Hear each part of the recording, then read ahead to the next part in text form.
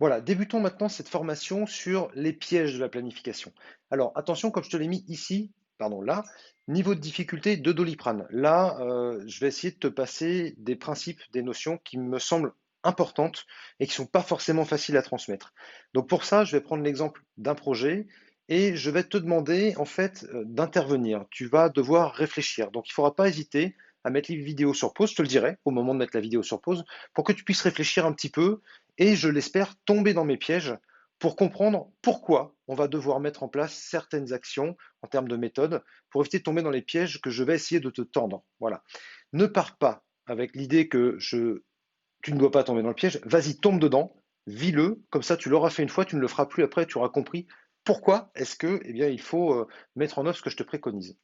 Alors, les questions pièges de la planification. Allons-y, c'est parti. Alors, l'idée, ça va être de comprendre comment on planifie. Je vais te proposer un exemple de mise en pratique, un exemple bateau, simple, facile à comprendre, parce qu'on n'a pas besoin de faire du compliqué pour comprendre le principe. Donc, dans le cas imaginaire que nous allons aborder, considérons que nous avons récupéré une maison familiale. Nous en avons hérité, bon, la vieille maison de famille qui permet de passer des vacances. Mais cette maison, elle est vieille, elle est usée.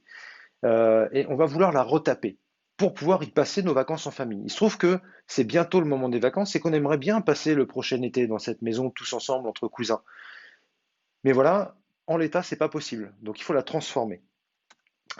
Pour la transformer, nous avons nos objectifs et nous avons listé les tâches que nous avions à faire. Là, on n'a pas intégré l'analyse des risques, hein. On fait simple, on a listé les grandes tâches qu'on devait faire. Alors je vais les lire avec toi. Je vais te dire que grosso modo, on a trois lots de tâches. Les lots, c'est ce qui va te permettre d'avoir une lisibilité peut-être optimisée, éventuellement de répartir le travail. Donc le premier lot, c'est de mettre le bâtiment hors d'eau. En gros, il ne doit plus pouvoir pleuvoir dans la maison. Et puis ça, on va dire qu'éventuellement, ça peut être la responsabilité de Pierre, de Paul, de Jacques. Bon. Le deuxième lot, c'est de remettre la voie d'accès en état, le petit chemin, tu sais, qui mène à la maison. Et puis le troisième lot, c'est de remettre le terrain en état, tout ce qui est autour du petit chemin et ce qui n'est pas dans la maison. Donc, dans le premier lot, mettre le bâtiment hors d'eau, eh bien, on va devoir approvisionner des tuiles et du bois de charpente. On refait la charpente. On va enlever les tuiles, on va réparer la charpente, on va remettre les nouvelles tuiles et remettre en état les menuiseries extérieures, c'est-à-dire les fenêtres, les portes, etc. Remarque qu'à ce stade, on a déjà organisé les tâches dans un certain ordre. On en reparlera dans une prochaine vidéo. Ensuite, on veut aussi remettre en état la voie d'accès. Donc, on va reboucher les nids de poules et désherber la voie d'accès. Et puis, on va défricher le terrain, donc on va enlever toutes les mauvaises herbes hein, ou les mauvais arbustes, on va faire venir de nouvelles plantes, on va travailler le terrain, planter des arbustes, et puis on finira par semer le gazon. Ok. Nous avons, à ce stade, estimé la durée de chacune de ces tâches. Donc, approvisionner les tuiles, allez, 3 jours, déposer les tuiles, il y a 4 jours de boulot, réparer la charpente, il y en a pour 8 jours, reposer les tuiles 5 jours, etc., etc. La première question que je te pose, puisque nous voulons emménager dans cette maison cet été, c'est combien de temps vont durer les travaux? Là, tu peux mettre la vidéo en pause, c'est-à-dire je vais te le remettre hein, pour que tu puisses répondre à cette question. La question, voilà, je te laisse cet écran, mets en pause et je te laisse quelques instants pour y répondre. Mets la vidéo en pause maintenant et dis-moi combien de temps vont durer les travaux.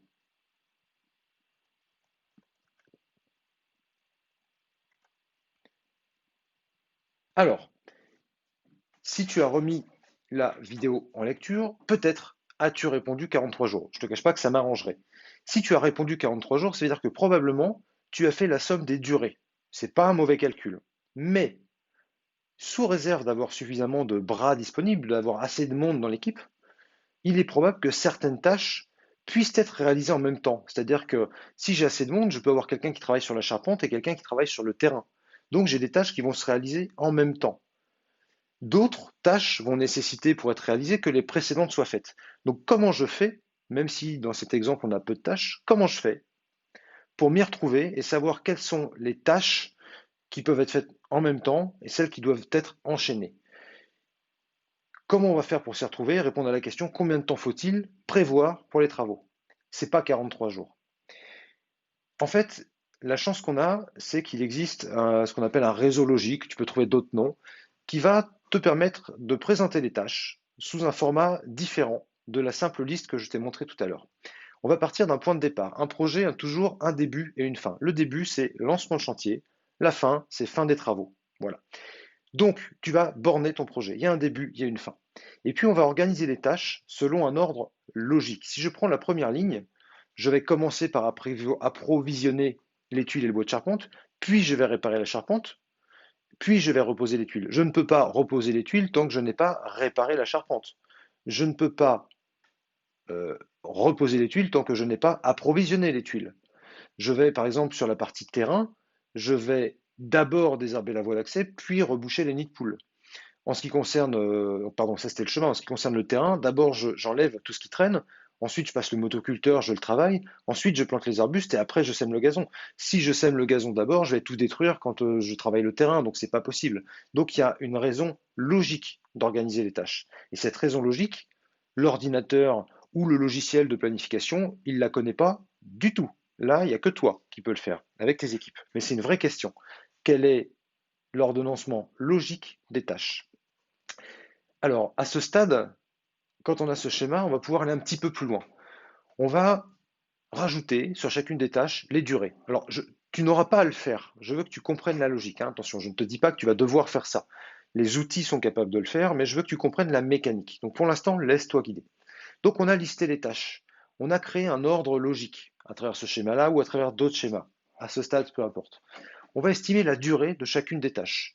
Et puis, on va voir apparaître plusieurs chemins qui nous permettent d'aller de la première, enfin du début du projet, donc lancement de chantier, à la fin du projet, fin des travaux. On a plusieurs chemins, tu vois. J'ai le chemin A, J, K, j'ai le chemin, attends, je les ai fait apparaître sur la vidéo suivante, ça va être plus simple. Voilà, le chemin A, J, K en vert, le chemin E qui est en violet, le chemin G qui est direct, le chemin D, etc. Tous ces chemins mènent à Rome, si je puis dire. Donc, la question c'est combien de temps vont mettre les travaux? Tu te souviens, c'est notre question de base. Puisqu'il y a plusieurs chemins, et on va estimer la durée de chacun de ces chemins. Il se trouve que le chemin le plus long, je te le dis, c'est EJK. Il fait 17 jours, 4 jours, plus 8, plus 5, donc 17 jours ouvrés. Eh bien, ce chemin, qui est le chemin le plus long qui permet d'aller du début à la fin du projet, c'est ce qu'on appelle le chemin critique.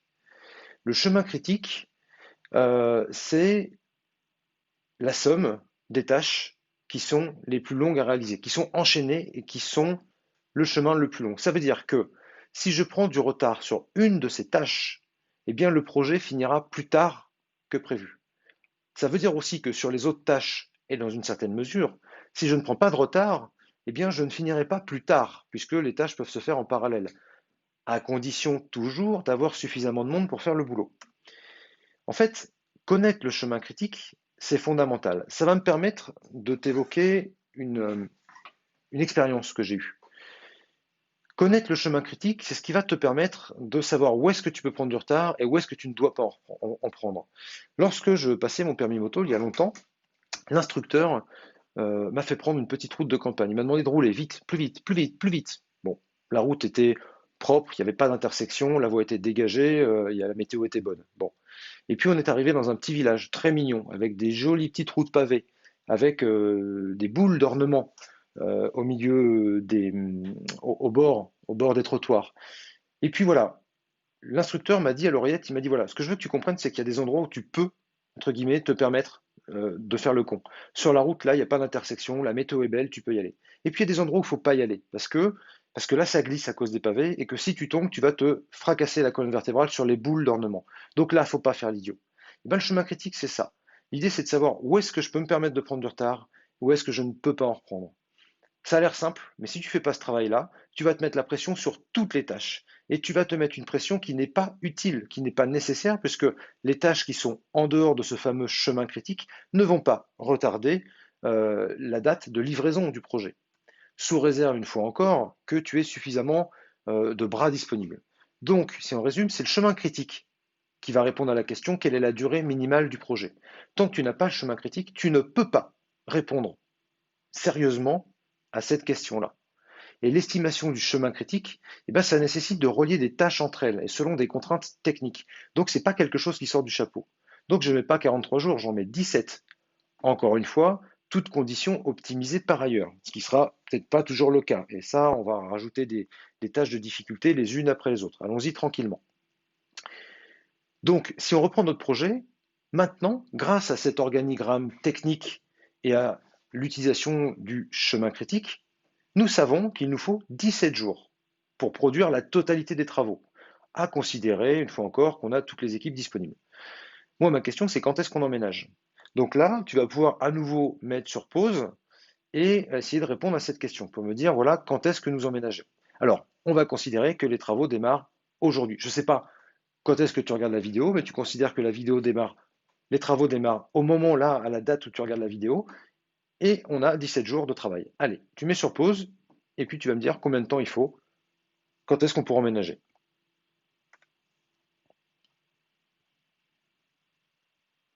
Normalement, à ce stade, tu dois te poser un certain nombre de questions. Tu devrais te demander, bah, il y a combien de week-ends sur cette période? Est-ce qu'il y a des jours fériés?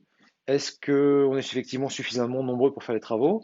Est-ce qu'on est tous à 100% de notre temps sur ces travaux et sur les prochains jours? Peut-être que ben, moi, je donne un coup de main, mais je ne peux pas faire ça toute la journée non plus. Bon. Alors, pour répondre à la question de quand est-ce que nous emménageons, on va devoir calquer pardon, la durée totale des travaux sur un calendrier. Puisqu'effectivement, il y a des contraintes de temps, de jours fériés, de nombre de jours ouvrés enfin de nombre d'heures ouvrées par semaine qui changent d'un endroit à l'autre selon la législation, etc.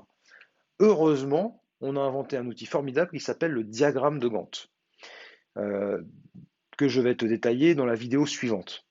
Donc dans la prochaine vidéo, je vais t'expliquer en détail comment on conçoit un diagramme de Gantt, et c'est ce diagramme de Gantt qui va pouvoir te permettre de calquer la quantité de travail et la durée des travaux dans le calendrier, et donc de connaître la date de fin. C'est-à-dire que tu ne peux pas répondre à la question que je t'ai posée au départ, quand est-ce qu'on emménage, tant que, un, tu ne sais pas combien de temps il faut pour faire les travaux, et pour répondre à cette question, tu as besoin de pouvoir lier certaines tâches entre elles et ensuite de calquer ça dans un calendrier. Donc cette question qui paraît anodine quand on voit simplement la liste des tâches et leur estimation de durée, eh ben, tu vas te rendre compte que ce n'est pas du tout aussi simple que ce que tu crois.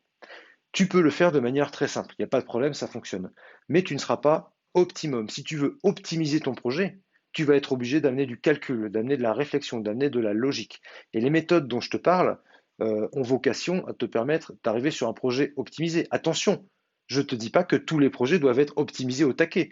Parfois, tu vas passer plus de temps à faire ça que le temps que tu vas gagner, donc ce n'est pas forcément pertinent.